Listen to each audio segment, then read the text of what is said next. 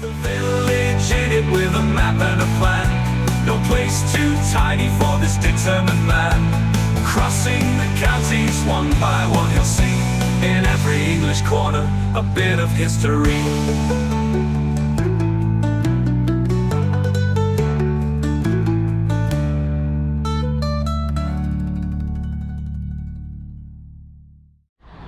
Welcome back to Harborough again, everybody, and we've got a really small one for you today.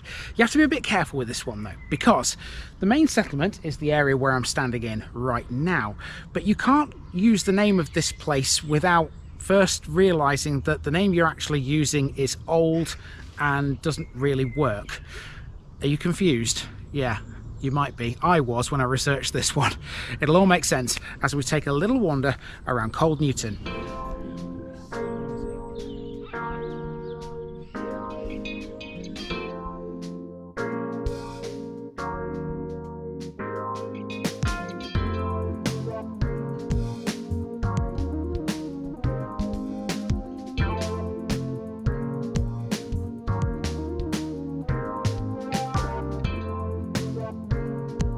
Cold Newton, exposed new farm.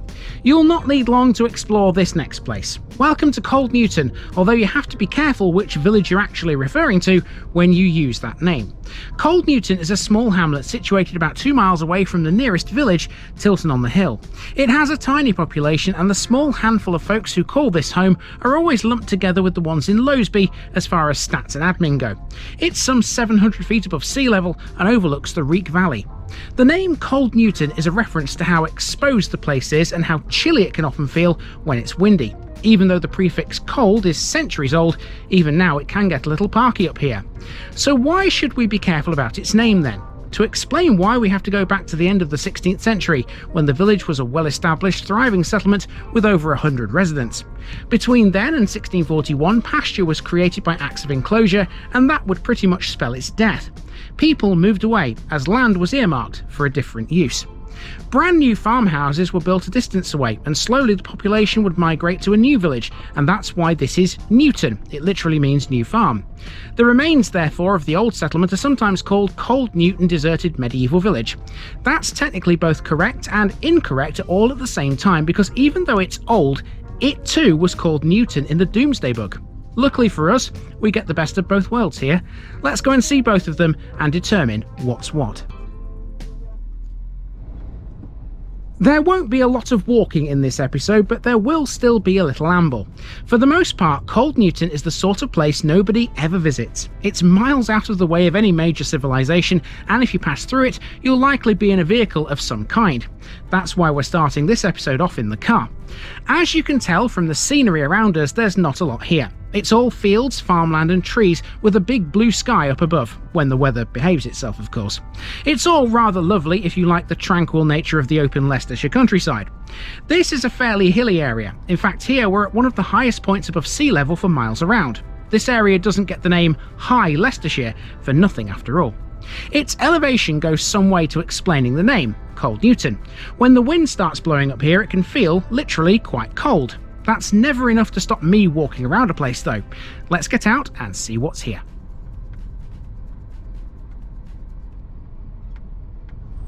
Okay, so here we are then in the main village, and it's not really a village this one, it's more of a hamlet.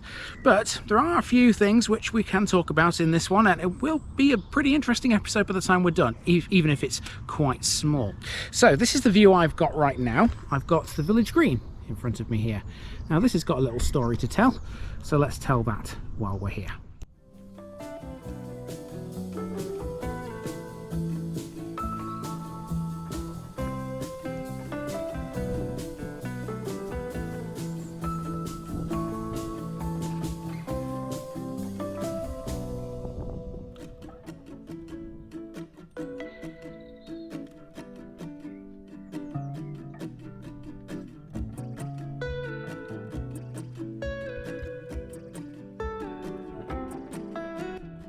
Cold Newton has an extremely modest number of properties. In fact, if you were to count them, I'd put good money on there being less than 20. A lot of them are farm related, you know, farmhouses, outbuildings and barns, that sort of stuff. Nonetheless, there is a community here, and they were responsible for this village green that lies at the heart of this tiny hamlet. The green was created in 1977 to mark Queen Elizabeth II's Silver Jubilee. The land it occupies was given to the parish by the Quenby estate, which neighbours the hamlet. At one time, Quenby owned all of the land in Cold Newton. It was a large estate after all. The hamlet has no church, pub or shop, it's far too small. A visit to the place lands you right in the middle of turkey country. There are several farms in Harborough that specialise in rearing poultry for Christmas time. A lot of them are sold directly from the farms too. Cold Newton has one of those places. It's called Leicestershire Farm Fresh Turkeys, and it's based at Highfield Farm. In essence, that's all there is to the modern Cold Newton, but this wouldn't be here if agricultural practices in the 16th century were a little different.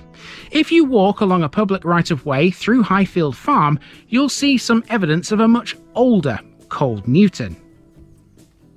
Cold Newton has been a settlement since at least the time of Doomsday. It was listed in the book as Newtone and even states it was largely deserted. Nonetheless, it did still contain 11 households back then.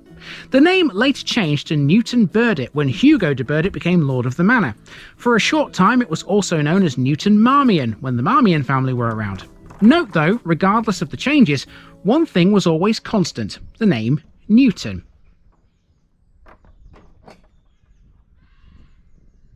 You know, even in a community this small, people are still interested in what you are doing. I've been asked by 2 people already this morning here in Cold Newton. When you consider the size of this place, 2 people is quite a lot, a big percentage, isn't it? Okay, so now we're going to head across these fields to the site of the old Cold Newton village. Now there's some horses in the way, but according to one of those 2 locals who have spoken to me, they're not going to bother me, which is a good thing. I'm used to horses anyway. Now you can see already where these horses are. There's quite a few lumps and bumps in the field, and obviously those are earthworks of the old Cold Newton settlement. So let's talk a bit about this. Now, Newton literally means new farm, and the Domesday record proves that to be correct. Because it said it was already largely deserted, this implies that the village had already moved from elsewhere. That, though, was not the only time. It moved again in the 16th century. Towards the end of that century, farmland surrounding the village began to be enclosed for pasture. This process had been completed by 1641. This enclosure likely resulted in the construction of brand new farmhouses away from the village, and those would have been where we've just been. The medieval village itself would be abandoned. In front of you now is what remains of that version of Cold Newton. Ridges and hollows in these fields mark where the village stood, and the site is a scheduled monument. These, though, are the remains from the 16th century. I've no idea where the ones from the original Domesday village were, or indeed if they still exist. They could even be part of these earthworks. I find it rather humorous in a way that this too is called Newton. Should we therefore refer to the modern version as New Cold Newton? Maybe if it ever moves again, it might be able to find a site that's not so cold when the wind blows. Now, given that the modern dwellings and farm buildings here are around the edge of this site, and there's a road right through the middle of them, maybe we should instead term Cold Newton a shrunken medieval village, as opposed to a fully abandoned one. Perhaps Cold Newton is not so new after all.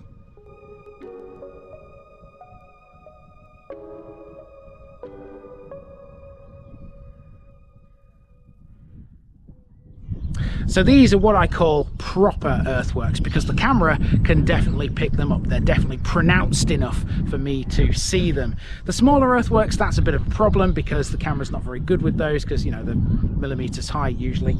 But these are, you know, a couple of meters in height, so you can definitely see where the old village was.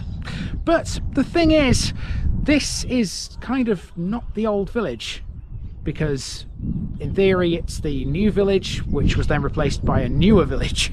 So it's a very strange situation in this part of Leicestershire to have 3 villages basically, but that's what happened here. This was like the second village of the 3, if you like.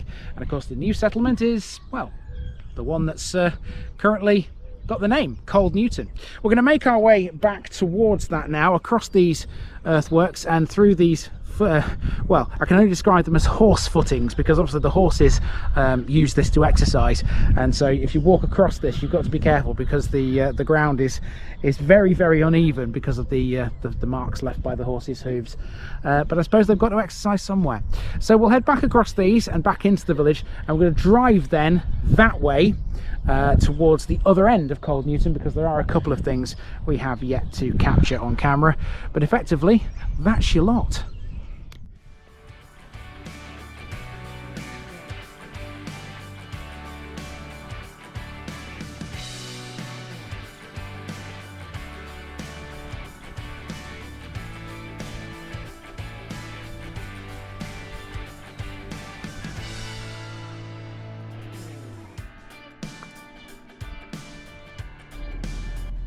Using Skeg Hill Road, we're now heading for the next one, and this involves passing through a gate, and if you're in a vehicle, that involves getting out and opening it yourself.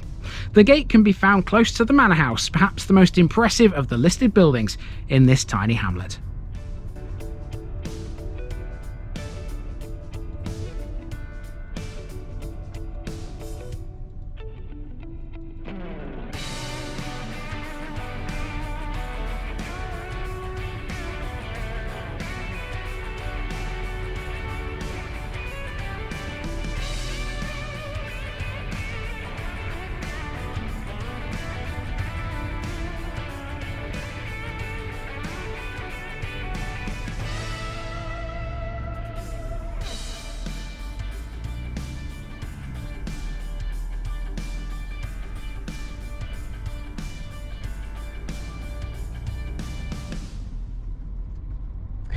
Now, once you've got yourself through that gate and past the manor house, you're then into what is glorious, beautiful English countryside. Check this out, people. I know I say Lincolnshire is a beautiful county for the glorious fenlands and things like that. But you know what? Leicestershire ain't half bad either. Would you check this out, people? You're on top of a hill here as well, because remember, Cold Newton gets its name thanks to the fact that it's quite windy up here, being very high up in these hills. It is blowing a little bit of a breeze up here, but you can live with that as long as you can admire and appreciate the view around you. It's fabulous. Now, the next place to go to, which we'll see tomorrow, is literally just down there, and I can see the principal house from here that's in that village. It's that big hall right there. Well, that's really all there is to that one. I said we wouldn't be needing long to explore it.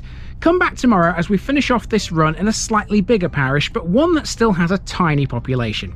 We'll be seeing another historic hall and discussing the railway history of the area once again.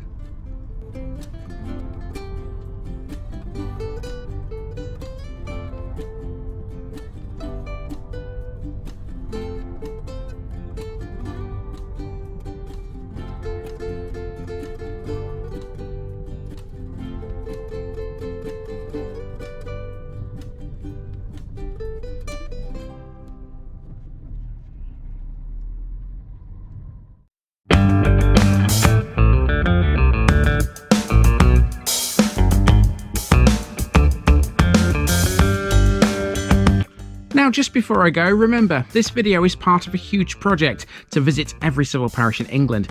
That's more than 10,000. These routes are pre-planned, and due to time constraints, I can't cover every detail or walk down every street. Please don't complain if this video missed something out. I pronounce names how I choose to. I am very aware that local dialect may vary, and I don't take kindly to criticism about this. You've been warned. It's impossible to know everything too. If this video was terrible, make your own. If you're a regular watcher of The Village Idiot, you're not the only one. If you've got a small business, why not use my videos to advertise it? Leave a comment below if you're interested. And finally, thanks for watching this episode, everybody. Give us a like and a subscribe if you've enjoyed this episode, and share it with your friends and relatives. It all helps to keep this mission going. Until next time, I've been Andy, also known as The Village Idiot, and I'm out.